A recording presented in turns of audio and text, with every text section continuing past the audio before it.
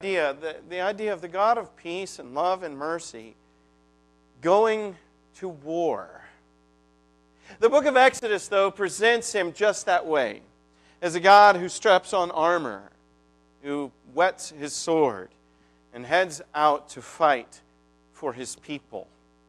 And that war is going to be fought against this guy that we talked about so much last week, this guy of the hard heart, this guy of oppression and the murder of children and babies, this really wicked man. But really, it's a bigger picture than that, isn't it? A dark war against a nation where God sets out and over the course of a year engages in battle after battle that throw this nation into absolute upheaval. But what is it that God is fighting when he fights this war? If the answer is Egypt, well, that place doesn't exist anymore, at least not like that. There's still a country called Egypt and still a nation, but it's nothing like that Egypt. And if that's the case, then first of all, that's a war that was over long ago. The entire belief system that made that place what it was is dead and gone along with the Pharaohs. It doesn't exist anymore. It's a modern nation now. Go to Cairo, and you'll hear radios and see televisions, and the internet is all over the place. It's nothing like that. But not only that, if God's war is against that nation, so if that's true, the war is over. But not only that, if God's war is against that nation, to me, that's something of a problem. And here's why. If I were watching a playground filled with children, and I saw one kid doing that to another kid, it would be right for me, as an adult, to go and interrupt that and make that stop.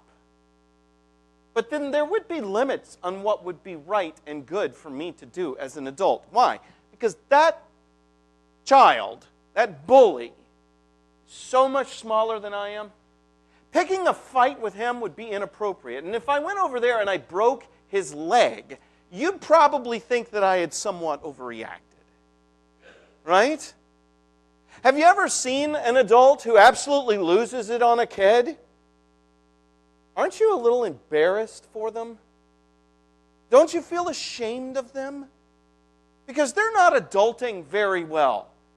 I mean, this picture's on the internet. I don't know that guy's name, but I guarantee you he wishes this picture was not on the internet. Because it's actually a series of pictures of this dude losing his temper with this poor kid. Now, what's my analogy? Well, if God's war is with Pharaoh and Egypt, isn't it very much like this? In fact, the distance is infinitely larger. Because God here is at war with what? A little pipsqueak human? The creation of his hands? Who exists by the will of his might? If he is picking on Egypt, surely there are other ways he might have delivered his people. Surely he didn't have to do to Egypt what he did to Egypt. So if he's just fighting, and boy, he has a long time, he's fairly impotent in the fight. It takes almost a year to get those people delivered. Could it be that he's doing something more? That he's not actually fighting Pharaoh, and he's not actually fighting Egypt at all. In fact, God is fighting the fall. God's war is with the corruption of humanity and the breaking of humanity. And his fight is against the wretched and horrible ideas that arise in distorted human minds after the fellowship with God is separated. His fight is not with Egypt, but with Egypt's pantheon. He is fighting against ideas. And here's the thing. The nature of the ideas against which he is fighting are the precious ideas.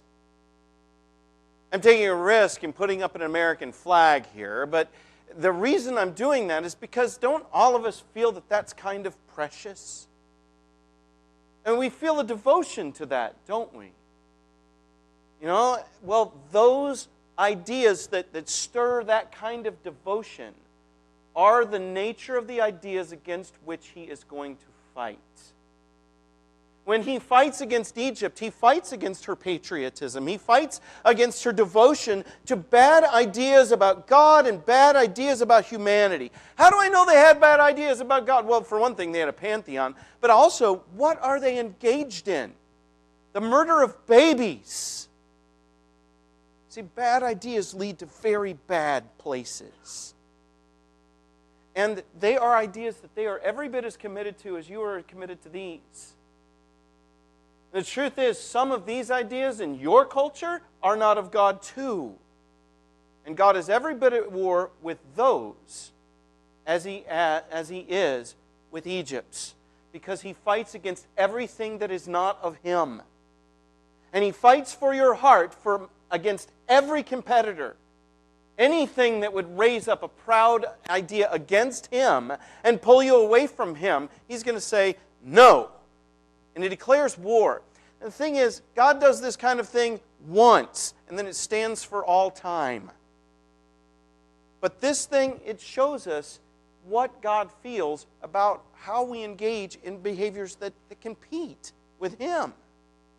And we see this specifically through the prism of this guy and his belief system. But it calls us to check all of our beliefs against Him and say, where is there something in my heart that competes for my God? Because my God is at war with that. He fights with that to liberate me from it. Realize God is not at war with the Egyptian people, and in a way, He's not even at war with Pharaoh. If Pharaoh had just changed somehow, now he reached the point where he couldn't, but if Pharaoh had been willing, I think God would have rescued Pharaoh. God wanted to rescue Egypt. How do I know? Because why were these people, His people, chosen? All families of the earth. God's sights are on everybody. He doesn't hate the Egyptians. He wants to liberate everyone from bad thinking, rescue everyone. And He has these people in mind to do it, and it's into these people that He will send the Christ, and He will do it. So He's not fighting with Him. He is fighting with his ideas. Well, what exactly did he believe? Well, here we've got to get weird and maybe a little boring. I hope you put up with me. I didn't find it boring, but I don't know, you might. I don't know. I'll try to be as interesting as I can. But this guy believes things that are so alien to you and I that it is very difficult to get your head around. The idea of a pantheon. You know what a pantheon is? A gathering of gods, a cluster of gods. We don't have that in the West. We don't have anything like that. The idea that there would be a multitude of gods, that none of them would be all-powerful, we don't have that kind of concept. But that's at the center of what Pharaoh believed. Pharaoh believed in a supernatural world of great powers. And in fact, he believed that he was one of those. That he was supposed to keep the universe functioning. It's why he was king. So he reigned in the spiritual world as well as in the physical world, along with critters that look like that. Egypt, it's estimated, had somewhere around 1,400 deities. I mean, a ton of them. You've probably heard of some of them, like Ra. You've probably heard of that one before, right? But oh my goodness, they had so many. And the basic thing of Egyptian theology, when you boiled it down, was that the universe you lived in was alive. There's no such thing as an inanimate object. Everything is living. And your goal is to harmonize your life with the living world. Okay? There is no creation. There is only God's. And you live in and among the life of the gods. So you don't have a creation separate from God. You have, in fact, a God that you walk around on. And a God that you live beneath all of the time. The gods are everywhere, and they support life. They are what made Egypt what it was. This God is blue because he has such an association with water. Hapi was the god of the Nile, and specifically of something called the inundation of the Nile. Every year around September, you'd get big floods that would happen way down south. The Nile flows north, and so those big floods would then collect into the Nile and flow down carrying fertile dirt with it, and it would spread out when it'd get to the coastal plains. that would spread all this fertile dirt all over the place, and it made Egypt incredibly wealthy. This is an annual event, and Hapi was the one who supplied it, or at least that's what they believed. There was a god named, you pronounce that for me, all right? Heket, that guy. Anyway, actually that girl, this is a goddess, a female god, but what does she look like here? Can you tell me what that face looks like? Does it look a little bit like Kermit the Frog? I know I'm mocking someone's religion, but they're all dead. They're okay with it, trust me. But yeah, no, she looked like a frog because she identified with a frog. Egyptians didn't have sacred animals. They would kill the animals. But they did believe that the gods associated with the animals, identified with the animals. And what happened to the animals happened to the god. You know, so if there's a lot of frogs, you got a lot of that god. Right? This god's responsibility was health and well-being. It would bring about health in your life. Or there's this god, Hathor. Hathor's job was to bring life into the world. She was associated with childbearing. And the actual birth process, Hathor was believed to be present at every single one, including the birth of animals. Sometimes she looked like that. Sometimes she would look like that, and it was up to her. She identified with cows. Hathor, by the way, is probably the god that was most seductive to our ancient parents in Israel. Because remember what kind of idols they would make. They'd make Hathor idols. 400 years in Egypt. You know, Yahweh and this goddess somehow got mixed up together. Okay? Or there was this god, Imhotep. That god's job was also healing, I believe. I'm drawing a blank here, but I believe he was a healing god. Let's move on and pretend that moment didn't happen. I told you a moment ago, there was no creation. That's because Shu is what you live on, and Nut is the sky.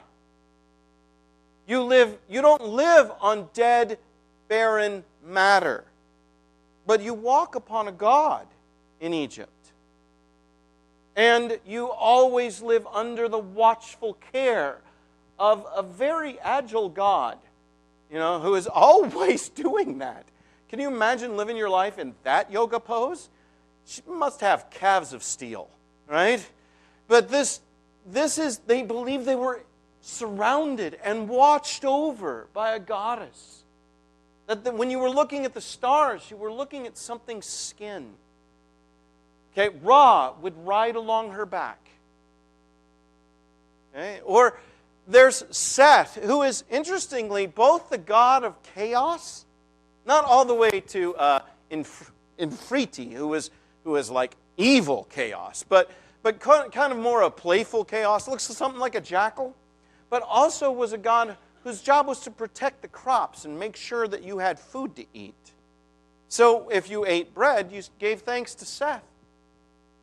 Or there was Ra. You're familiar with Ra, the god of the sun, who had the face of an eagle, you know, who was this mighty god, and kind of the father of the gods, Ra was. Ra, and sometimes called Atem, and sometimes called Atum, and all these different, but it's all the same God, this God who went across the sky every day. You watched him daily as he hovered above you. So that this is Pharaoh's belief system. He believes he lives surrounded by all these deities, and he has a specific place in the midst of them as the embodiment of this god, Ma'at. Have you ever heard of Ma'at?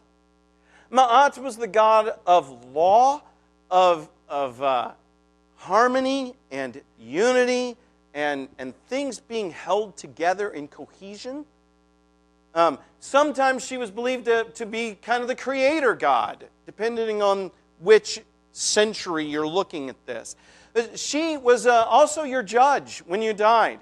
She would weigh your soul against the ostrich feather of truth. She's often pictured with an ostrich feather sticking right up off of her head, because she would take that and weigh it against your soul, and if your soul didn't measure up, then you were cast into darkness. There were 42 tests and minor deities would come with each of these 42 tests, like, have you ever committed adultery? No, I've never done that. Have you ever lied? No, I've never done that.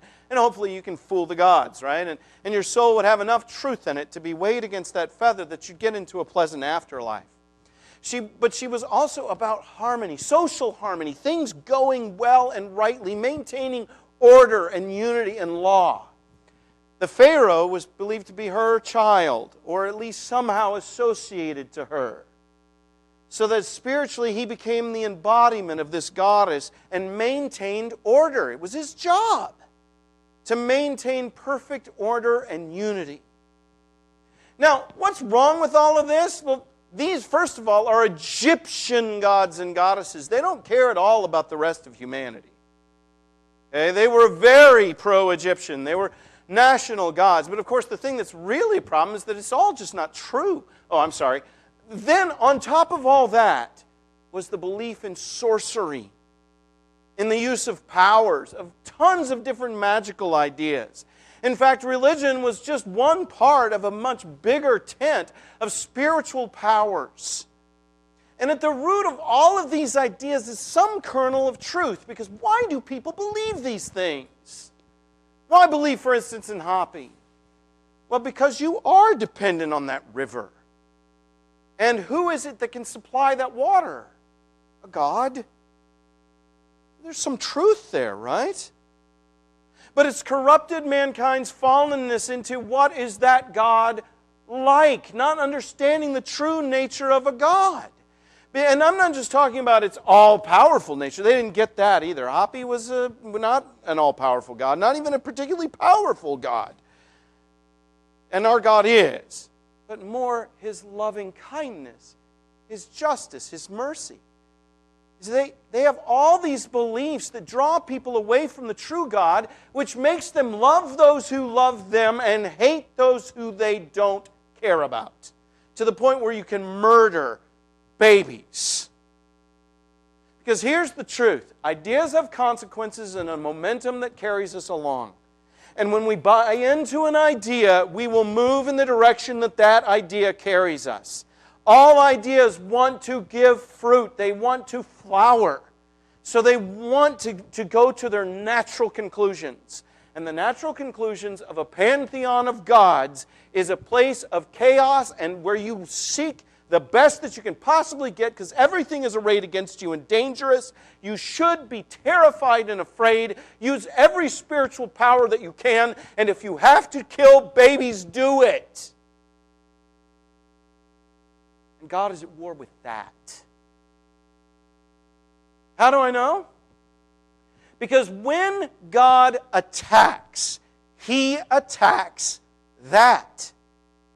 Now, of course, Pharaoh has found himself so much at the center of all of this and decided to cherish it so deeply that he will not give ground. And so in a way, God goes to war with Pharaoh.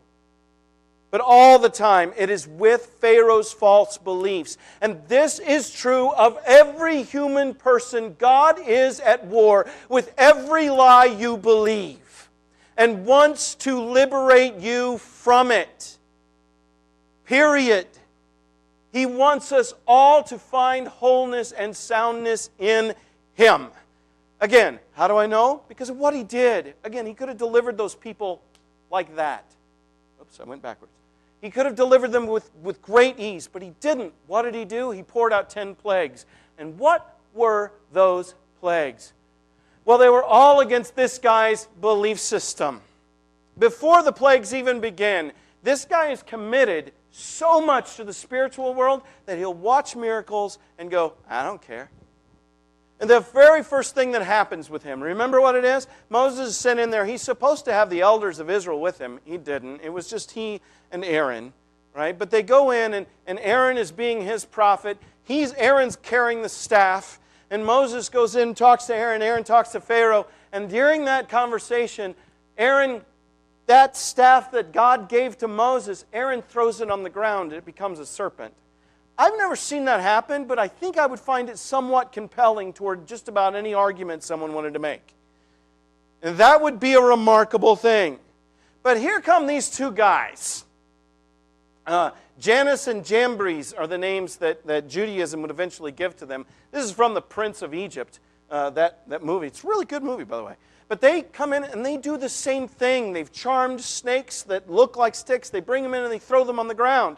And so because sorcery can do everything that God can do, of course they can't. But because he's convinced of it, he's like, no, I'm not listening to you. Well then, I'm not going to leave that on the screen very long, but just to prove the point, Aaron's staff eats the other snakes. It's like one last chance. And honestly, it should have been enough. But he's so convinced of, and he's so unwilling to let go of cherished love's beliefs that the plagues have got to come. Well, the plagues come and they are attacks on both this sorcery stuff and the gods. So the Nile turns to blood. The river where the babies were thrown becomes blood. What is that? That's the death of Hapi. This is God saying, I have wounded your God. Do you want to go further? And of course Pharaoh does. So the God of health and healing becomes a plague. The God that had this frog-shaped head shows up everywhere. You can't get rid of them. They are all over the place because, where do they live? In the Nile. Do you want to live in blood? Either do they. So they're in your bed now. And they get collected together and burned, and the whole country stinks with them. And then the dust of the ground becomes gnats. And here, the sorcerers say, they were able to mimic the first two. They were able to draw frogs. They couldn't make them go away, but they could call them. And they were able to turn water into something looking like blood. I don't believe you. But here, they're convinced. They're like, this is a finger of a god. And in fact, this plague and the plague that comes after, I think, are both attacks on that sorceress worldview. And there's one other, too. And here, instead of just gnats, it's biting flies. That the kind of fly described is probably a dog fly. You ever been bitten by a dog fly or a deer fly? Oh, man, that hurts. I'd rather be stung by a bee. At least a sweat bee. But anyway, this is the power of sorcery finding its limits. They can't do anything about it. Should be enough. It ought to start making you ask questions about your belief system, but it won't. And then you've got the god Hathor, who is associated with life and also associated with cows, and now the cows are dead. You see how we're challenging the belief system? Both Imhotep, the god of healing, another god of health, he can't do anything about this. And even the sorcerers, they can't even stand in front of Moses. Okay? Both man and beast are covered with boils. Why? Is it because God really likes causing suffering? No, it's an attack on the God. Saying, you are at my mercy, not that thing's mercy. Or Nut, who is supposed to watch over us. Where does the destruction of the hail come from? Where does the fire that falls, probably lightning, where is it coming from? Instead of protector, she has become a plague. Or Seth, who's supposed to rescue the crops, can't rescue the crops from Yahweh because here come the locusts to devour it all. Anything that the hail left behind is destroyed by this. Or darkness that not even rock can shine through. This is all a war on the belief system. And of course, ultimately, Ma'at, through all of this, order is his job. And all of Egypt is thrown into disorder and upheaval. There's no way he can maintain it or protect it. He can't even maintain it and protect his own house because his son dies in the night. Do you see how this is not a war against these people? It's a war against what they believe. Because what we believe pulls us from God. And then, when it has full fruit, it pulls us into ways of life that ultimately are not like God. God is selfless. Find your way to selflessness without Him. Good luck. He's at war with these ideas. And this is the nature of our God to this day. This is who He is. It's what He does. Because God will rise up against every thought, idea, devotion, or allegiance that draws you from Him. He wants you for Himself. He wants to rescue and liberate and save. This is what He is about. It's what He does. And so any proud idea, usually the ones to which we are most devoted and most cherished, but most draw us from Him, He will declare war on those things. He does not want them in your life. He will even cast your world into chaos. He does it to Egypt so that He can reclaim you for Himself. And you think about the times of great suffering and pain in your life. Have those not been the times that you search the hardest? And he who seeks finds. And God does not delight in the suffering of Egypt, and He doesn't delight in your suffering or mine either. But He will use it to set us free. Because our God is a God of Exodus who rescues and saves. And He is still about this war. He is at war not with you, but with the evil that holds you captive. And He has saved and will save. And He goes on saving because our God is the God of Exodus and our God is the God of the cross. This is what He does. This is who He is. His first war was a dark one. And in it, in the darkness, the Son of a God, or at least that's how it was believed, died that the people of God might be rescued. And so it was again. In darkness, the Son of God died that you might be rescued. Because the God of Exodus is still providing a way where there is no way. He is still at war against false beliefs. He is still leading humanity to Himself that we might worship. And He is still rescuing those whose lives are pointless and lost and estranged and filling them up with love and truth and mercy and beauty. Because that's who He is. That's who He is. That's what He did, and that's what He does. And if you look into your heart today and you see that your life is filled up with devotions that are not of Him, things that are not producing good fruit but bad, hopefully you're not killing children. But if there is something in you that you know, okay, this is not of God, and I must be saved, then know that He not only wants that for you, He is fighting for that for you. And so if you're looking into your heart and saying, I need rescue, good news. Your God is a God who rescues. He goes to war to do it. If today you came here and you're carrying this big, heavy load on your shoulders, but it's got nothing to do with what we've talked about today, that's fine. We want to pray for you. Let us do it.